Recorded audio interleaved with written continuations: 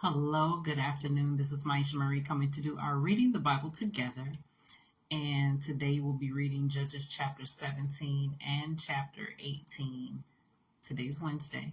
And I've noticed a pattern happening within the last probably month or so where I've had to miss some days. But my goal is to always make sure that I get our chapters in throughout the week because I don't read on the weekend. It's probably best not to even attempt to do that. But yeah, so I thank you guys for hanging in with me and joining in live when you can, or just coming back and watching the replay. So we're going to go ahead and get started. Judges chapter 17 and 18 today from the New Living Translation. There was a man named Micah who lived in the hill country of Ephraim. One day he said to his mother, "I heard you place a curse on the person who stole 1,100 pieces of silver from you. Well, I have the money. I was the one who took it."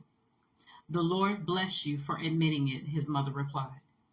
He returned the money to her, and she said, "I now dedicate these silver coins to the Lord.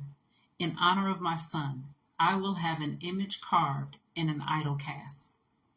So when he returned the money to his mother, she took 200 silver coins and gave them to a silversmith, who made them into an image and an idol. And these were placed in Micah's house. Micah set up a shrine for the idol, and he made a sacred ephod and some household idols. Then he installed one of his sons as his personal priest. In those days, Israel had no king. All the people did whatever seemed right in their own eyes. One day, a young Levite who had been living in Bethlehem in Judah arrived in that area. He had left Bethlehem in search of another place to live, and as he traveled, he came to the hill country of Ephraim.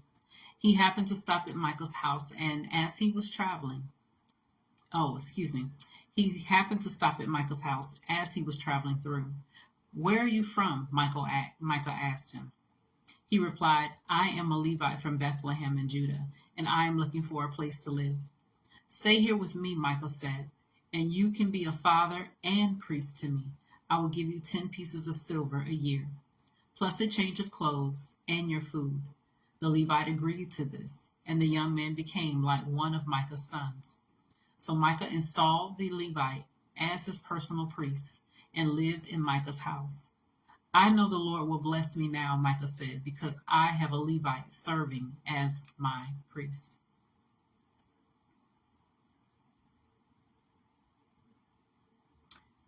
And now we're going to read Judges chapter 18, New Living Translation. Now in those days, Israel had no king, and the tribe of Dan was trying to find a place where they could settle, for they had not yet moved into the land assigned to them, when the land was divided among the tribes of Israel. So the men of Dan chose from their clans 5 capable warriors from the towns of Zorah and Eshtaol to scout out a land for them to settle in. When these warriors arrived in the hill country of Ephraim, they came to Micah's house and spent the night there. While at Micah's house, they recognized the young Levite's accent. So they went over and asked him, "Who brought you here? And what are you doing in this place? Why are you here?" He told them about his agreement with Micah and that he had been hired as Micah's personal priest. Then they said, "Ask God whether or not our journey will be successful." "Go in peace," the priest replied, "for the Lord is watching over your journey." So the 5 men went on to the town of Laish, where they noticed the people living carefree lives, like the Sidonians. They were peaceful and secure. The people were also wealthy because their land was very fertile, and they lived a great distance from Sidon and had no allies nearby. When the men returned to Zorah and Eshtaol, their relatives asked them, "What did you find?" The men replied, "Come on, let's attack them. We have seen the land, and it is very good. What are you waiting for? Don't hesitate to go and take possession of it. When you get there, you will find the people living carefree lives. God has given us a spacious and fertile land, lacking in nothing." So 600 men from the tribe of Dan, armed with weapons of war, set out from Zorah to Eshtaol. They camped at a place west of Kiriath Jearim in Judah, which is called Mahane Dan to this day. Mahane Dan to this day. Then they went on from there into the hill country of Ephraim and came to the house of Micah. The 5 men who had scouted out the land around Laish explained to the others, "These buildings contain a sacred ephod, as well as some household idols, a carved image, and a cast idol. What do you think you should do?" Then the 5 men turned off the road and went over to Micah's house, where the young Levite lived, and greeted him kindly. As the 600 armed warriors from the tribe of Dan stood at the entrance of the gate, the 5 scouts entered the shrine and removed the carved image, the sacred ephod, and the household idols and the cast idol.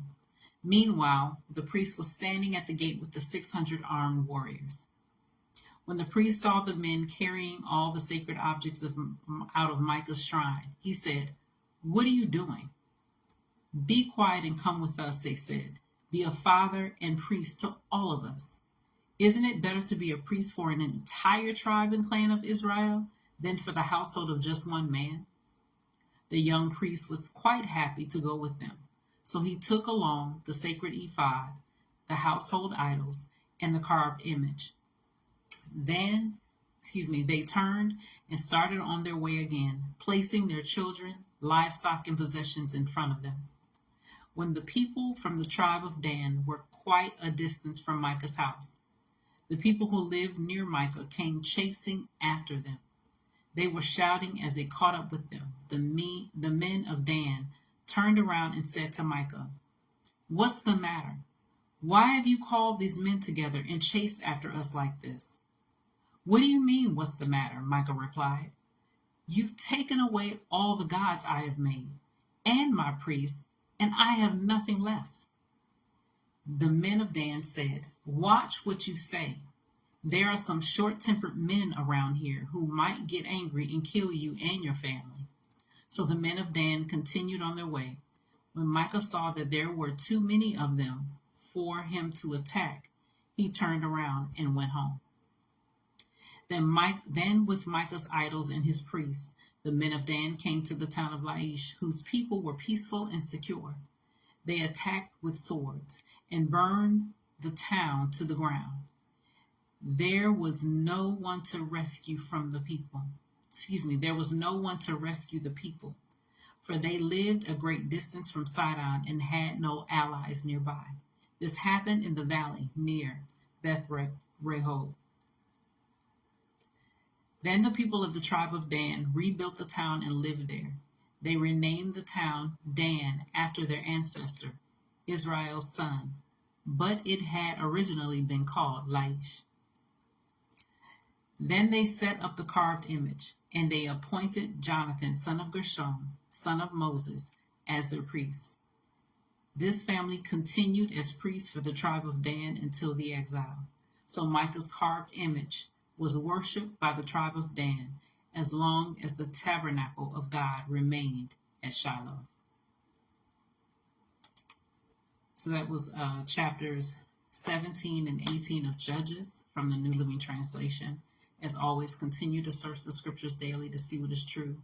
Allow Holy Spirit to illuminate the word into your heart, your mind, and soul, bringing knowledge, understanding, and wisdom, and most of all, revelation of who God is, his true nature, his character, and how much he truly, truly loves you.